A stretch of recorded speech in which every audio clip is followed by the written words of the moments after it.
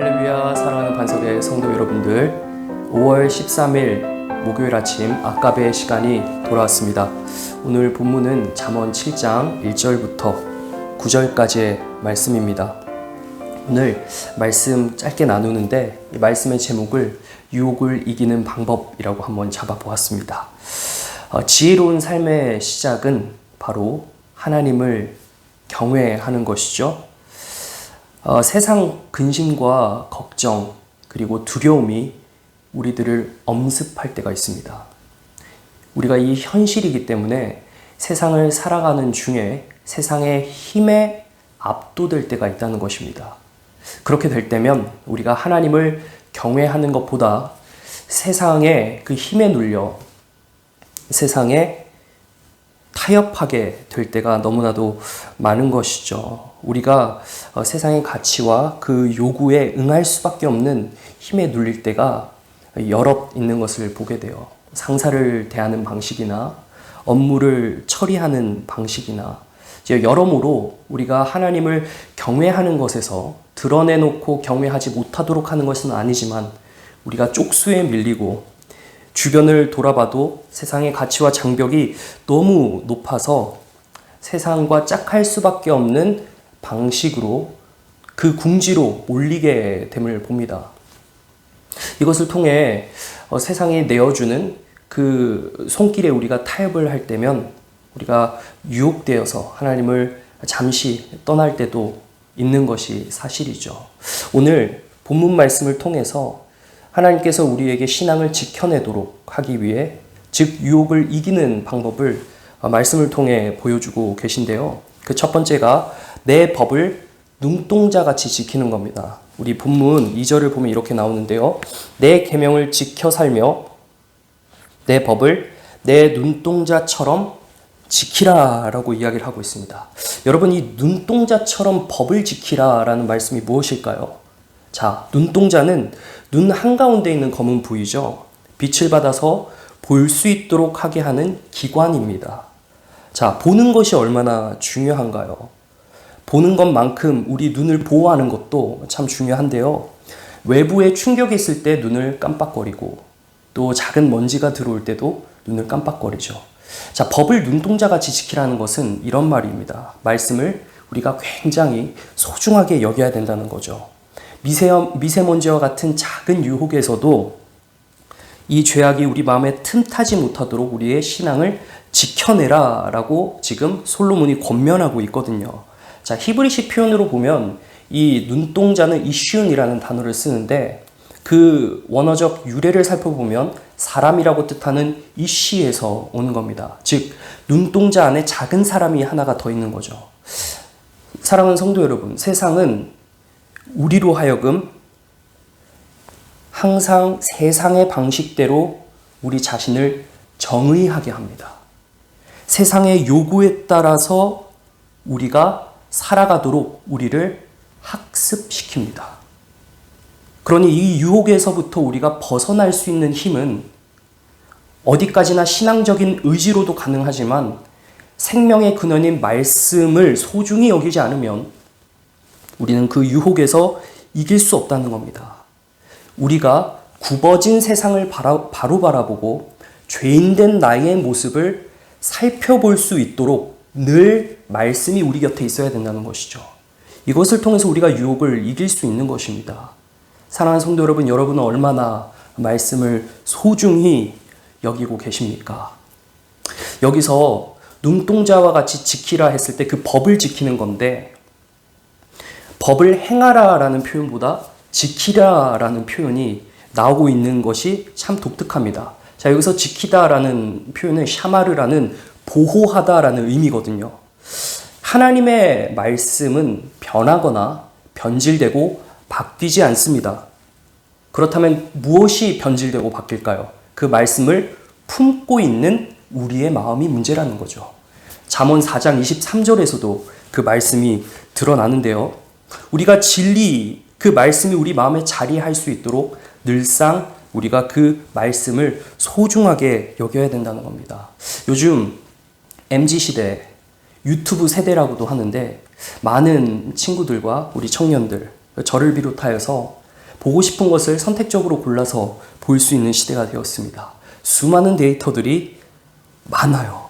그런데 문제는 그 가운데 무분별하게 흘러 들어오는 세상의 가치가 체득되고 체화되기 때문에 참 가랑비에 옷 젖는 듯한 그런 느낌으로 우리의 마음속에 자리하고 있는 게 하나님의 말씀보다는 세상의 요구와 가치들이 들어올 때가 있다는 것입니다. 이것을 통해서 어떻게 됩니까? 세상을 바라보는 세상의 렌즈가 더욱더 두터워집니다.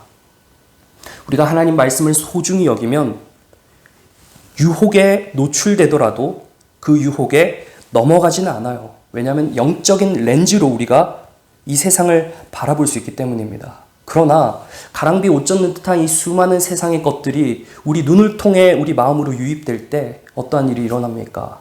영적인 렌즈에 때가 묻습니다. 지문이 묻어요.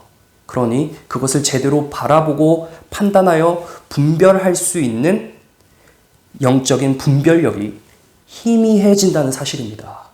사랑하는 성도 여러분, 우리가 이 시대에 살아가며 신앙적인 이 결단과 유혹을 이길 수 있는 방법이 무엇입니까? 바로 말씀을 소중히 여기는 것입니다. 하나님의 법을 눈동자처럼 지키는 것이죠. 우리가 어디에 시선을 고정하느냐에 따라서 우리의 마음의 상태가 진단되잖아요. 그 마음의 상태에 따라 무언가를 행동하게 됩니다. 마태복음 6장 22절에도 눈은 마음의 등불이라고 했죠. 따라서 말씀을 우리가 소중히 여기지 않는다면 말씀과 무관한 것의 시선을 빼앗길 수밖에 없게 된다는 것이죠. 그렇다면 그 정서가 우리의 후손들, 다음 세대에게도 고스란히 전달된다는 거예요. 여러분, 세상 속에 우리가 거주하기 때문에 어쩔 수 없이 늘 마주하는 게 세상의 가치라면 그 세상의 가치가 무엇인지 제대로 인식하는 것이 중요하거든요. 오늘 본문 6절 7절에 이렇게 나와요. 내가 내 집 들창으로 살창으로 내다보다가 어리석은 자 중에 젊은이 가운데에 한 지혜 없는 자를 보았노라. 8절 그가 거리를 지나 음료의 골목 모퉁이로 가까이 하여 그의 집 쪽으로 가는데 9절 저물 때 황혼 때 깊은 밤 흑암 중에라. 세상의 요구, 가치, 그들의 살아가는 방식을 우리가 늘상 눈앞에서 접하고 있습니다. 그러나 그것을 올바르게 분별해내고 가르칠 수 있는 우리가 되어야 합니다. 그것을 다음 세대에게 교육적인 정서로 흘려보내는데 무엇보다 우리가 무엇을 아이들에게, 다음 세대들에게 교육해야 되겠습니까? 바로 말씀을 소중히 여기는 것이죠. 그럼 그 말씀을 어떻게 소중히 여길까? 실제적인 내용이 오늘 본문 3절에 나오는데요. 제가 읽어드리겠습니다. 이것을 내 손가락에 매며 이것을 내 마음판에 새기라 라고 구체적으로 이야기를 하고 있습니다. 우리가 말씀을 소중히 여겨야 하는 것 무엇보다 중요합니다. 압니다. 그런데 이것을 어떻게 해야 된다고요? 손가락에 매고 마음판에 새겨야 된다. 자, 매다라는 것은 손의 매무로 우리가 늘상 볼 수 있도록 하는 것이죠. 또한 손과 발은 우리의 행위를 상징하는 신체 기관이죠. 즉, 우리가 매번 하나님의 말씀을 봄으로 행동을 지키는 것입니다. 그리고 더 나아가서 마음판에 새기다 라고 이야기를 하고 있어요. 자, 새기다는 것은 기록하다, 메모하다라는 뜻입니다. 우리 마음에 말씀을 기록하여 둔다라는 것이죠. 늘상 떠올릴 수 있게. 이것을 다시 이야기하면 이렇게 됩니다. 하나님의 말씀을 늘 보고 외워야 한다는 것이죠. 신명기 6장 8절에서도 이렇게 나오잖아요. 손에 메고 미간에 붙여서 표로 삼고 우리 몸이 반응할 수 있도록 그렇게 한다는 겁니다. 심지어 문설주와 바깥문에 기록합니다. 환경 자체를 하나님의 말씀과 늘 가까이 할 수밖에 없는 익숙함에 노출시키는 것, 이것이 우리의 생각과 행동을 지킬 수 있는 것이라는 거죠. 세상의 많은 유혹으로부터 우리의 신앙을 지켜내는 것은 오직 말씀인 줄 믿습니다. 그 말씀을 우리가 어떻게 소중히 여길 것인가? 바로 늘 우리 근처에 가까이 하고 말씀을 보고 받을 수 있는 환경을 제공해야 된다는 것이죠. 반복 숙달해야 된다는 것입니다. 우리가 세상에 길들여지고 익숙한 만큼 그보다 더 그것들을 이길 수 있을 만한 능력이 바로 말씀을 반복하여 읽고 말씀에 노출되고 무엇보다 말씀을 외워서 우리가 그 위기의 순간에 그 말씀의 힘을 받아 이길 수 있게 된다라는 것입니다. 더 나아가서 솔로몬은 4절에 마지막으로 이렇게 기록을 하는데요. 제가 읽어드리겠습니다. 지혜에게 너는 내 누이라 하며 명철에게 너는 내 친족이라 하라. 자, 지혜와 명철을 마치 가족과 같이 여기고 있거든요. 자, 이 말씀은 무엇이냐? 바로 하나님의 말씀을 단순히 지식적이고 교조적인 어떤 삶의 통찰 정도로만 여기는 것이 아니라 말씀을 인격으로 대해야 된다라는 말씀입니다. 사랑하는 성도 여러분, 지혜는 하나님을 경외하면서 살도록 하는 삶의 방식이라면 명철은 하나님을 경외하도록 하는 이해와 분별력을 뜻하죠. 그렇다면 이것을 우리가 다음 세대에게 교육할 때 바로 인격적인 모습으로 드러내 보여야 한다는 것입니다. 현장에서는 바로 지식의 인격화가 일어나야 된다는 겁니다. 우리가 신앙이 온전히 정립되어서 세상의 유혹과 요구와 가치들로부터 이겨내기 위해서는 참 진리를 올바르게 분별해내야 하는 그러한 부담감이 있습니다. 왜냐하면 오늘 말씀 5절을 보면 음녀에게 말로 호리는 이방 여인에게 빠지지 않게 하리라 라고 말씀을 하고 있는데요. 세상에는 유사한 진리가 많습니다. 그리고 이렇게 살지 않으면 안 될 것처럼 권력의 날을 그리고 쪽수를 내세워서 우리 신앙인들을 궁지로 내몰게 해서 세상의 가치를 선택할 수밖에 없게 합니다. 따라서 우리에게 필요한 이 신앙의 의지, 바로 말씀의 힘, 우리가 이것을 지식적으로만 체득하여서 교육하는 것이 아니라 우리 다음 세대들을 그것을 먼저 살아낸 우리로 인격을 통해 바라볼 수 있도록 해야 된다는 것이죠. 진리를 희석시키는 세상입니다. 사랑하는 성도 여러분, 우리가 말씀 앞에 얼마나 많은 깨달음과 통찰을 얻습니까? 무엇보다 우리의 삶을 흔들고 변화시키는 그 인격이신 예수 그리스도의 사랑을 우리가 다 받았습니다.